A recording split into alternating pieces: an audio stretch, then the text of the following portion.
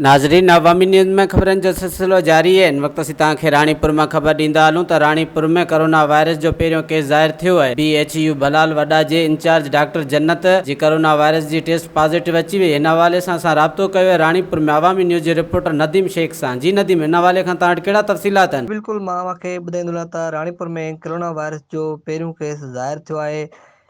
PHU भिलाल वॾा जो in charge doctor जन्नत अली भिलाल जी कोरोना टेस्ट पॉजिटिव अची वई आहे।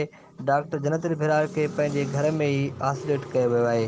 तालका हेल्थ ऑफिसर डॉक्टर रहमतुल्लाह सोलंकी ॿुधायो त डॉक्टर जन्नत अली भिलाल ऐं घरवारी जी कोरोना टेस्ट जा सैंपल मोकिलिया हुआ, जंहिंजी रिपोर्ट हिन वक़्तु आई आहे, जंहिंमें डॉक्टर जन्नत अली भिलाल जी पॉजिटिव अचण खां पोइ खेसि घर में आइसोलेट कयो वियो आहे, जॾहिं त पुलिस महले खे सील करे छॾियो आहे। जी, वधीक ख़बरनि ऐं तफ़सील जे लाइ विज़िट कयो असांजी वेबसाइट awamiNewsHD.com ऐं ॾिसंदा रहो अवामी